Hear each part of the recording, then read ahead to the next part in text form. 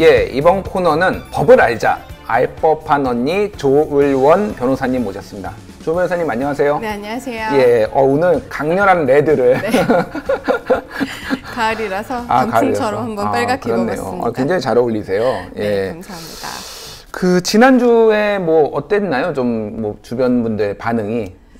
제가 이때까지는 약간 좀 딱딱한 방송을 하다가 자유롭게 얘기를 하니까 약간 좀 너무 너답게 한다라는 평들이 있어가지고 조금 자제해볼까 생각 중이긴 저희는 합니다. 의식의 흐름대로 좋아합니다. 이 방송이 원래 의식의 흐름대로 가야 돼요. 그래도 되나요? 팩트는 정확하게 전달하지만 네. 의식의 흐름대로 자유롭게 해주시고요.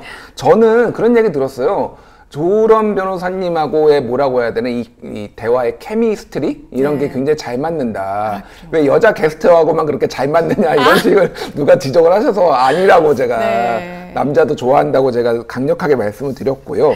예, 오늘은 먼저 좀 최근에 요 법 쪽에서 이슈라기보다는 약간 뭐라고 해야 되나 좀 사회적인 이슈, 그 화성 연쇄 살인 사건, 그 중에서 이제 8차 사건에 관련해서 좀 얘기를 나눠보려고 합니다. 이미 범인이 20년형을 마치고, 그러니까 8차 사건의 범인은 전체 살인 사건하고는 별개로 잡혀가지고 20년형을 맞춰가지고 나왔는데 지금 이춘재 씨가 자기가 그 8차 사건을 했다라고 하면서 이게 지금 논란이 되고 있어요. 그러니까 지금 경찰이 엉뚱한 사람, 속된 말로 엉뚱한 사람 잡아다 족쳐서 지금 범인 만든 거 아니냐. 지금 이런 얘기들이 나오고 있어요.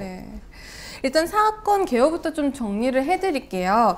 이제 법원에 따르면 이제 윤 씨가 89년 10월 수원지방법원에서 살인과 강간치사 혐의로 무기징역을 선고받았는데 이제 당시 윤 씨가 8차 화성 연쇄살인 사건의 이제 범인으로 재판을 받은 거죠. 그런데 이제 당시 범인으로 지목된 윤 씨가 이제 대법원까지 가서 내가 한 거 아니다, 내가 저지른 범죄가 아니다라고 주장을 했지만 굉장히 끝까지 자기는 억울하다라고 얘기를 했어요. 경찰에서 이미 다 자백을 했던 상황이었거든요. 이제 그거를 가지고 법원 재판 가서는 아니라고 부인을 하니까 법원에서는 수사기관에서 이미 자백한 사건 아니냐라고 하면서 유죄를 인정을 했고 20년을 꽉 채워서 이제 옥살이를 하시다가 이제 출소를 하시게 된 건데 최근에 이제 이춘재 씨가 이 사건도 내가 저지른 사건이다라고 이제 자백을 하면서 이제 문제가 됐죠. 이와 관련해서 이제 다른 방송, 저희는 그냥 방송 이름 다 얘기합니다. 김현정의 뉴스쇼에 이 윤 씨인가요? 네, 윤 씨를 옥중에서 인터뷰를 했던 기자가 시사인 기자가 있어요. 신호철 씨라고 저는 뭐 개인적으로 잘 아는 분인데 이 양반이 윤 씨가 이제 가석방을 얼마 안 남기고 있는 상황에서 이미 가석방까지 됐으면 모범수로 살고 이제 끊는 거잖아요. 사실상. 그럼에도 불구하고 기자를 만나가지고 나 범인 아니다, 억울하다. 오히려 그 당시에 범인이 아니라고 하면은 얘 반성도 아직도 안 하고 있네 해서 불이익이 생길 가능성이 있음에도 불구하고 억울하다라고 호소를 했다라는 게 지금 얼마 전에 인터뷰로 나왔는데 근데 생각을 해보세요. 본인이 저지른 범죄가 아니에요. 수사기관에서 너무 강압적으로 수사를 하니까 마지못해서 내가 했다라고 뭐 진술서를 쓰거나 허위 자백을 한 거죠. 마지못해서. 근데 이제 법원에 가니까 다시 내가 억울할 거 아니에요? 그래서 억울하다고 아무리 했지만 법원에서 그걸 받아주지 않고 심지어 내가 저지르지도 않은 살인사건 그리고 강간치사 이것으로 이제 내가 20년 동안 세월을 보내면은 안 억울하시겠어요? 근데 억울하죠. 왜 이렇게 저한테 따지듯이 억울한데요. 저는 오히려 막 소름이 돋았던 게 그 영화 살인의 추억을 보면은 이 비슷한 게 나오잖아요. 백광호 씨 그 향수 예뻤다 이거 하는 백광호 씨가 거기서 백광호가 경찰들이 범인 잡으려고 약간 강압적으로 하고 막 뺨을 때리잖아요. 똑바로 말하라고 네가 했지 그러면서 그러다가 이제 사고를 당해서 했는데 그 사람이 영화 속에서 그 사람이 사고를 안 당하고 본인이 자백을 한 것처럼 돼가지고 감옥에 이런 식으로 들어갔을 약간 그런 그림이 그리니까 와 봉준호 천재인데?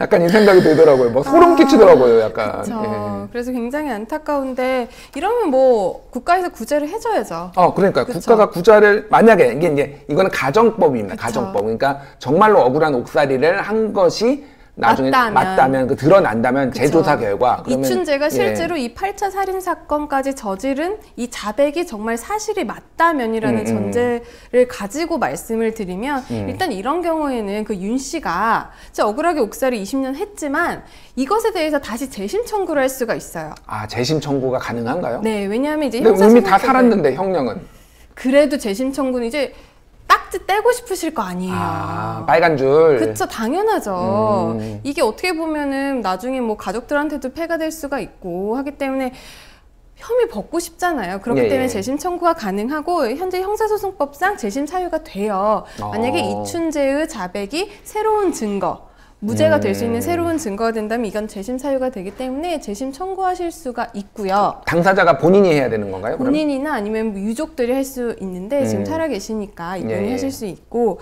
이제 재심을 해서 만약에 무죄가 나왔어요. 네. 무죄가 나왔으면 이때까지 산 거 너무 억울하지 않습니까? 억울하죠. 20년을 돌릴 수도 없고 타임머신으로. 그쵸. 이거 보상 받아야죠. 그렇기 받죠? 때문에 법에 규정이 되어 있습니다. 이런 제도에 그렇군요. 대해서. 역시 법을 잘 아시는 분이 잘 설명해 주시네요. 네, 이렇게 억울하게 옥살이를 한 경우에는 이 구금일수, 그러니까 20년을 살았으면 그 20년 동안을 그 기준으로 해서 그 하루씩 계산을 해서 형사 보상 청구를 할 수가 있어요. 아, 그러면은 뭐 이거를 이런 표현은 그렇지만 하루 일당도 아니고 이게 하루에 그거 얼마 정도가 이게 계산이 되나요? 일단 최저 생계비의 5배까지.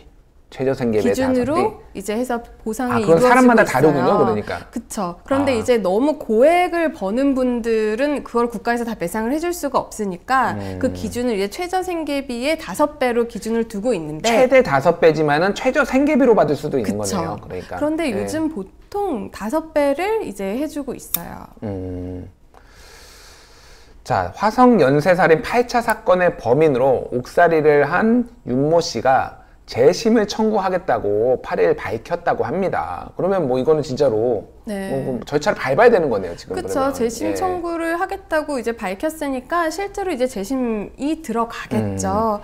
그렇기 때문에 이렇게 형사 보상 청구도 할 수 있고 이건 어떻게 보면은 국가가 무리하게 수사를 해서 억지로 강압적으로 허위 자백을 받아낸 것이라는 게 밝혀지면 국가의 고의 또는 과실로 그 사람에게 손해를 입혔으니까 그 형사 보상 말고도요 국가 배상이 또 가능한 문제예요. 국가 배상. 그러니까 이거는 그냥 당연히 내가 받아야 될 돈을 받는 것과 별개로 피해 그쵸, 위자료 같은 거 아니면 뭐 일실 수익이라든지 이런 것들을 다 포함한 국가 배상도 받을 수 있는 보상인가요? 배상인가요? 맨날 헷갈려 이거. 일단 형사 보상 청구고요. 국가 배상 청구예요. 이제 보상과 배상 조금 일반인 분들은 조금 헷갈리실 수도 있는데 이렇게 쉽게 생각하시면 돼요. 보상은 적법한 절차에 의해서 뭔가 손해를 봤을 때 아니면은 그 대가성으로 받는 걸 이제 보상이라고 보시면 돼요. 예를 들어서 땅이 수용이 되는 거는 국가에서 뭐 어떤 행정 권한 내지는 그 절차, 적법 절차에 의해서 이루어지는 거기 때문에 이거는 불법 행위라고 할 수가 없잖아요. 그렇죠. 그렇죠? 그렇기 때문에 이때는 보상이 되는 거고요. 보상금을 받는다. 고속도로 뚫리면은 어쨌든 그 자기 땅에 국가에 수용되면서 보상금을 받잖아요. 그렇기 거죠. 때문에 적법한 것에 대한 어떤 대가는 보상이고요. 불법한 대가. 방금과 같이 어떤 국가 권력이 어떤 강압적인 수사로 인해서 내가 손해를 입었잖아요. 그런 경우에는 이제 배상이 이루어지는 겁니다. 이게 만약에 근데 강압적인 수사가 아니라 그냥 당시에 실수를 한 거였다라고 하더라도 이거는 배상이 되는 건가요? 그러면? 그런 경우에는 이제 과실이 어느 정도 있었는지를 따라서 이제 과실도 배상의 문제거든요. 고의뿐만 아니라. 그렇기 때문에 배상 문제가 이루어지고 있고 관련한 또 다른 사건들이 있어요. 혹시 약촌 오거리 그 익산 약촌 오거리 택시기사 살인 사건 예전에 좀 유명했었는데 영화로도 아마 만들어졌을 거예요. 그거도 또 이제 저기 셜록이었나요? 셜록 프레스였나? 거기에서 막 취재를 계속 해왔던 걸로 알고 있는데. 그쵸. 여기가 이제 2000년도에 이제 전북 익산시 약촌 오거리에서 그 택시기사분이 살해된 채로 발견이 됐죠. 자신이 몰던 택시 안에서. 그런데 당시에 그 15세였을 거예요. 15세였던 그 그 최 씨가 이거를 이제 목격을 하고 경찰에 신고를 했는데 경찰에서는 오히려 이 최 씨를 범인으로 몰아서 맞아요. 예, 예. 이제 허위 자백을 받아서 이 경우도 마찬가지로 이제 징역 10년을 선고받았고 10년 후에 만기 출소를 했거든요. 근데 나중에 진범이 잡혔어요. 그래서 재심 청구를 했고 예, 예. 형사보상 8억 정도를 받으셨고 10년에 8억 정도를 받은 거예요? 그쵸. 그러면은 받으셨고. 만약에 그냥 단순 계산해보면 지금 20년이면은 한 20억 정도를 받아야 되는 거네요, 그러니까. 그쵸. 근데 그거는 이제 당시에 형사보상 문제는 그런 뭐 구금 일수뿐만 아니라 예. 그런 피해자가 어떤 직업을 가지고 있었는지 그 당시에 그런 불법적으로 어떻게 강한 그 불법적인 정도에 따라서도 그런 보상액의 기준은 달라질 수가 있어서 그렇군요. 일률적으로 뭐 20년이니까 16억이다라고 말씀은 못 드리지만 이런 사건이 있었다라고 말씀을 드릴 수가 있겠습니다. 저희 시청자가 질문을 주셨어요. 네. 엘린 팍 님인데 윤 씨는 보상받겠지만 윤 씨를 수사한 수사관과 판결한 판사는 처벌할 수 있나요? 이렇게 물어보셨어요. 이게 이제 국가배상 문제죠. 이제 수사관 그리고 그 당시에 법관의 문제인데 원칙적으로 손해배상 문제는 소멸시효라는 게 있습니다. 이제 그래서 뭐 어떤 불법 행위가 있은 날로부터 뭐 3년, 그러니까 안 날로부터 3년, 뭐 있은 날로부터 10년 이런 소멸시효가 있는데 이건 이미 한 20-30년이 지난 일이잖아요. 그렇기 때문에 당사자한테 청구하기는 사실상 힘들고 또 국가배상, 그러니까 국가를 상대로 배상을 받으면은 나머지 판사라든지 당시 수사관을 상대로 오히려 다시 또 책임을 묻기는 조금 어렵고 국가가 대신해서 책임을 진다고 그러니까 어쨌든 그 사람들은 공무원으로서 국가를 대신해서 그쵸. 뭔가를 일을 한 거니까 그거는 모든 책임은 국가가 떠안는 이런 거죠. 원칙적으로 국가가 진다라고 그렇죠. 알겠습니다. 생각을 하시면 될 것 같습니다. 예, 뭐 다음 안건으로 좀 넘어가 볼게요. 지난주 1일이었죠. 여당이 더불어민주당이 허위 조작 정보 종합대책을 이제 발표를 했는데요. 뭐 소위 말해서 가짜뉴스 방지법 뭐 이 정도로 이해를 하시면 될 것 같아요. 근데 네. 징벌적 손해배상 제도를 도입하겠다라는 거를 발표를 해서 이게 보통 징벌적 손해배상 하면은 뭐 네. 재계에서 뭐 도입을 한 해 만에 이런 네. 얘기가 있었는데 이게 갑자기 뭐 가짜뉴스 허위 정보 관련해서 이런 얘기가 나오니까 좀 생뚱맞더라고요, 저는. 그쵸. 예. 근데 이제 좀 징벌적 손해배상이라는 이 단어 자체가 많이 들어본 것 같으면서도 조금 생소하실 텐데 예. 지금 계속 우리가 뭐 보상이냐, 뭐 국가배상이냐 이런 얘기하고 있잖아요. 예. 그러니까 조금만 더 구체적으로 말씀을 드리면 손해배상이라는 거는 어떤 불법 행위에 대해서 손해가 발생했을 때 이 손해를 배상받는 거라고 말씀드렸잖아요. 근데 원칙적으로 우리나라는 이 손해가 실제로 내가 입은 손해예요. 내가 입은 실제 그 손해를 기준으로 배상받는 그거를 거예요. 그러면 본인이 입증 책임이 본인에게 있는 건가요? 그쵸, 피해를 당한 사람한테? 있어요. 그래서 내가 만약에 100만 원어치 손해를 입었다라고 하면은 사실상 100만 원을 이제 내가 뭐 진단서라든지 뭐 치료비 이런 거를 첨부를 해서 100만 원을 청구해서 100만 원을 받는 거예요. 근데 징벌적 손해배상은 불법 행위가 있었어요. 손해가 있었어요. 근데 손해가 100만 원인데 이 불법의 의도 자체가 너무나도 악의적이다.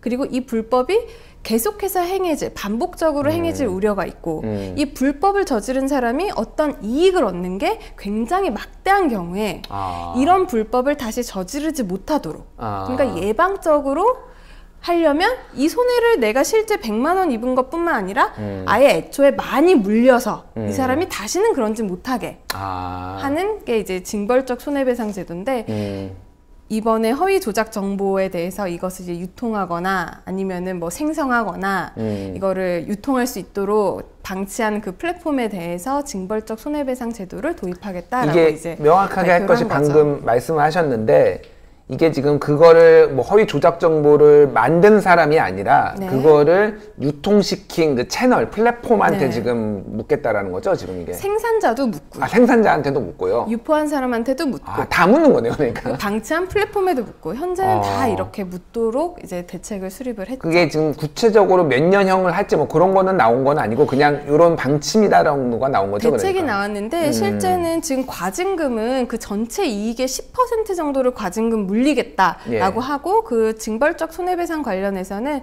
손해 입은 것의 3배를 지금 손해배상으로 이제 징벌적 손해배상으로 물리겠다라고 지금 대책을 발표를 한 겁니다. 어떻게 이게 항상 그 표현의 자유 논란, 그리고 뭐 이제 과도한 뭐 이제 표현의 자유를 옥죄는 거다, 이런 뭐 여러 가지 논란이 있었어요. 그래서 시청자 여러분께서는 혹시 어떻게 생각을 하시는지 이거에 대해서 좀 댓글에 의견을 남겨주시고요.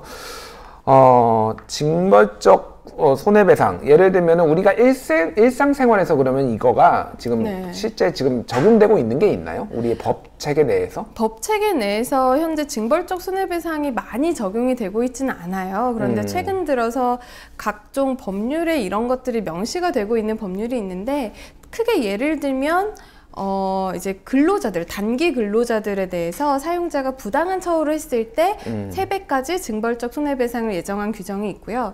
또 특허법 관련해서 저작물을 함부로 사용했을 때 실제 발생한 그 특허 침해로 인한 손해의 3배를 물어주도록 이제 하는 그런 징벌적 손해배상이 각종 법률에 규정이 되어 있습니다. 하지만 보편적으로 현재 운영이 되고 있지는 않아요. 그렇군요. 만약에 이를테면은 뭐 사적으로 계약서를 이렇게 써요.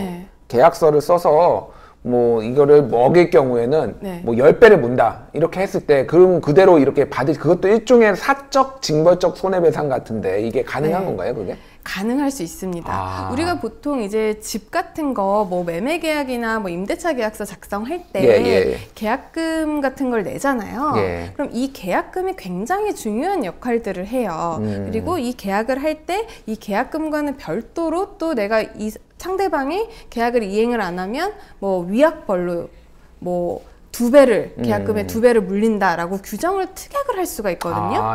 그렇기 때문에 이렇게 사적으로도 이런 징벌적 손해배상은 얼마든지 가능한데, 다만 그 계약금, 그러니까 그 위약벌의 금액이 너무나도 과다하다. 그러니까 한 당사자한테 지나치게 가혹하다 싶으면 법원에서 그거를 전부 또는 일부 무효로 보기도 합니다. 그러니까 그거는 법원의 판단에 최종적으로 만약에 이제 법원에까지 가지고 가면은 법원의 판단에 맡겨야 되는 문제네요. 그런데 이제 이게 뭐 액수가 최근에 뭐 한 80억 부동산 매매에 있어서 이걸 한 당사자가 이행을 안 하면 위약벌로 5억 원을 배상한다라는 규정이 있었어요.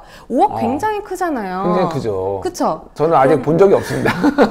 근데 법원에서는 이 정도 금액도 그 거래의 규모, 그러니까 80억 그 이상 되는 거래의 규모가 너무 크기 때문에 5억 정도는 위약벌로도 타당하다라는 판례가 있기 때문에 그 금액만으로 이게 위약벌로서의 무효다, 뭐 이게 유효다라고 말할 수는 없고, 그 여러 가지 재반 사정을 종합해서 봐야 됩니다. 지하철 이렇게 그냥 무임승차했다가 걸리면 40배 내라고 하는데, 이것도 징벌적 손해배상 30배. 30배인가요? 그것도 징벌적 손해배상인가요? 그렇죠. 징벌적 손해배상의 일종이라고 볼 수도 있고, 그 지하철 같은 경우는 이제 철도사업법이나 여객운송법 이런 약관이나 법에 그 30배까지 부가운임을 징수할 수 있다라고 규정이 되어 있어서 사실 이것도 굉장히 어떻게 보면 국세가 다른 쪽으로 쓰이고 있는 거잖아요. 그렇기 때문에 이런 것도 좀 징수가 잘 되었으면 하는 개인적인 바람입니다. 그러게요.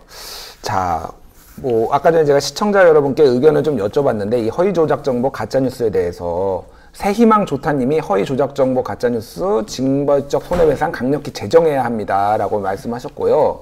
새희망 조타님은 또 플랫폼은 바로 처리하기 곤란할 텐데 기간도 있나요? 라고 뒤에 또 질문하셨어요. 그리고 이나라님은 거짓말은 표현의 자유가 아닙니다. 이해를 잘못하고 계신 듯 하고 저를 따끔하게 질책을 해주셨고요. 공복님은 가짜뉴스로 기울어진 운동장이 됩니다 라고 말씀하셨네요. 전체적으로 좀 처벌을 좀 강력하게 제재를 해야 되겠다라는 의견들이 여기에는 좀 많으신 것 같은데. 그렇죠. 그리고 시청자분들이 의견을 제시해 주신 것 중에 다 전제 조건이 이건 가짜라는 거거든요. 진짜 뉴스가 아니라 가짜라는 거잖아요. 그렇기 때문에 가짜는 솔직히 엄격하게 처벌을 해야 되는 게 맞다고 저는 생각합니다. 조 변호사님도 그렇게 생각하시는군요. 알겠습니다. 또 이거는 뭐 다음에 한번 더 다룰 기회가 있을 것 같아요. 오늘 뭐 조으론의 알법한 언니 두 번째 시간 어떠셨나요? 저는 너무 이런 얘기를 할 수 있어서 좋았고요. 또 시청자분들이 실시간으로 이렇게 소통해 주시니까 조금 더 뭔가 힘이 나고 좋은 것 같습니다. 알겠습니다. 오늘 뭐 나와주셔서 수고하셨고요. 다음에 또 더 좋은 얘기로, 재밌는 얘기로 찾아뵙겠습니다. 알겠습니다. 감사합니다. 감사합니다.